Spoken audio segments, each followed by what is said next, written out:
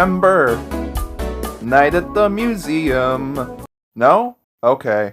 Hello everyone, here I am with another movie that I am ecstatic to talk about. I've been building up to this for a while now, and with the recent release of the animated Amun-Ra Rises Again, what better time than now to discuss where it all began with one of my favorite films of all time, Night at the Museum. Night at the Museum is a 2006 father-son comedy adventure directed by Shawn Levy, which follows failed dreamer Larry Daly, played by Ben Stiller, as he tries his best to make his son happy. He ends up getting a job at the Museum of Natural History as a night watchman, only for him to discover that every night, once the sun goes down, every exhibit in the museum comes to life, thanks to the magic tablet of Amun-Ra, and it's now up to Larry to keep the museum's inhabitants from escaping, bring them together, and stop the former security guards from stealing the tablet.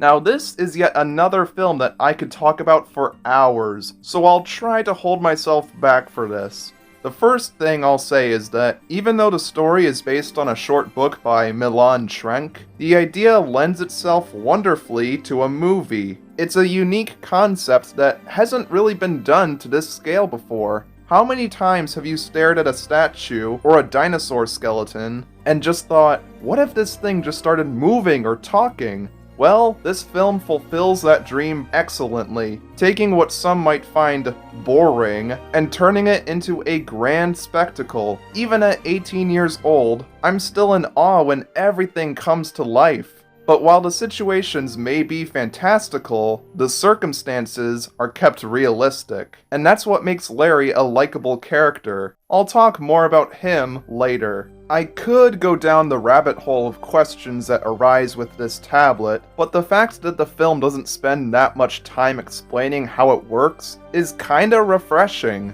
It's left ambiguous so we can come to our own conclusions and use our imaginations. Over-explanation would ruin the magic. It's kept, for a lack of a better word, simple. And that's what makes it so appealing. But that's not all. The story feels very complete. We're given enough time to connect with Larry and the museum exhibits, so it becomes satisfying seeing all these bizarre, dysfunctional characters come together to rescue the tablet. Plus, it makes the finale dance party actually feel earned, complete with Larry using his failed invention, the snapper, to turn his flashlight off. Wouldn't have it any other way. I also really appreciate the historical details, like how Amun-Ra is played by an Egyptian actor, or how the Vikings have correct helmets, or how Columbus doesn't speak any English. They managed to incorporate so many different time periods and cultures, different parts of history, into one epic tour. I can totally see how this film might have inspired people to learn more about the past. It most definitely did for me. As for how it does as a comedy, I've gotta say it's still pretty good. There are some sillier, childish moments, but even then, I'm surprised how much of it still makes me smile and chuckle. The improv, physical humor, and ideas for set pieces just work. For me anyway, such as Rexy acting like a puppy dog, the mannequins having a Civil War reenactment, the miniatures taking Larry down like a giant, etc. I get a good kick out of the intense action-packed scenes, just as I do with the slower, more peaceful moments, where you can just breathe and take everything in. You can also tell just how much everyone in the production cared. For instance, the scene of Larry getting whapped by Rexy's tail was originally just going to be Ben getting pushed across the floor, but Ben saw these awesome staircases and had it changed so that he gets flung into those, taking advantage of the environment. Speaking of which, you notice those big, colorful display signs in the background? Hall of Wonders, reptiles, etc. Originally, those were just more display cases, but Ben saw those and said, aren't we supposed to be selling a sense of scale? So they tore through the walls, added new vibrant areas, and now the museum set has so much more color and depth. It's the little things that make a difference. Not only did everyone care, but you can also tell how much fun everyone had making this. The actors look like they're having a blast. And while we're on the topic, let's go over them. Ben Stiller, of course, really gives it his all. He plays the straight man in a wild world so well. Seeing him slide around or frantically escape danger is so entertaining. He has this believable yet humorous energy that only he could pull off. Even when he's talking to a toothpick, he comes off as genuine and authentic. Can't feel my lip. Oh, that. I'm totally sold on the relationship between his character and his son, and the way he interacts with everyone else is just...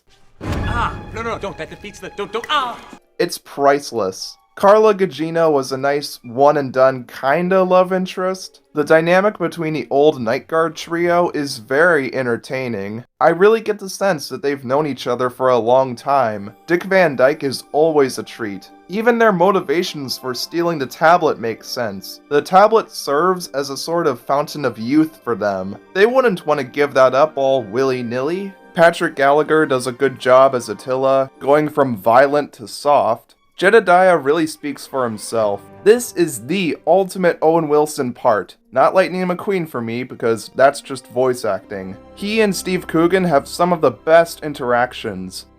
Those guns don't even work! Oh, they don't! Take a look at this! I have nothing but respect for Crystal the monkey, along with her trainers. Dexter will always be adorable, even though the stock monkey sound effects are definitely overused here. And I've saved the best for last, the late Robin Williams as Teddy Roosevelt. Come on, there was no better choice. He brings a sense of comfort to the film that no one else can. Little tidbit for you, the real-life Theodore Roosevelt hated Native Americans, while the wax figure Teddy is in love with Sacagawea, further playing into how these two are not the same person. And that comes back around in a scene so heartfelt that they named a song after it. There are plenty of other elements that make this movie what it is. The soundtrack, of course, is phenomenal. If any of it sounds familiar, that's because it was composed by Alan Silvestri, who scored some of the most famous films in history. Many of the tracks have this grandiose, almost eerie sense of mystery, chaos, and triumph. It's uplifting, it's beautiful, and it elevates the whole movie for me. The opening credits piece perfectly sets up what's to come, the reveal of Rexy still sends shivers down my spine, and so on. Easily yet another one of my favorite film soundtracks. And you'd bet that every time I hear September by Earth, Wind & Fire, the very first thing to pop into my head is this movie. The special effects are also surprisingly good for the time, but I appreciate how the movie doesn't rely on them. Most of the time, they're kept in the background to make the world feel lived in, while not taking the center stage. That way, the film stays focused on what it's about. As Sean himself put it, they're treated as the gravy on the meat. I really like the camera work, the costuming and wax figure replicas of the actors feel so pristine, and at long last, I can finally talk about the museum itself. To put it short, I adore it. From the beautiful dim lighting, to the level of detail put into every room and hallway, it's incredibly immersive and aesthetically pleasing, and the lack of any map has made me want to piece together every set and unseen room. Even though a few of the geography inconsistencies tick me off, like the oversight with Achman-Ra's hallway, or how the east side of the building is so close to the lobby, it just has this welcoming atmosphere that I can't get enough of. It feels like an actual real place that you can go and visit, and you can imagine how disappointed I was when I found out that I couldn't. Speaking of which, I know it's certainly not the same as the real American Museum of Natural History, for the most part, but I think that was the right choice, as it makes the film setting more exclusive feeling. It just wouldn't be the same if they reused the real museum.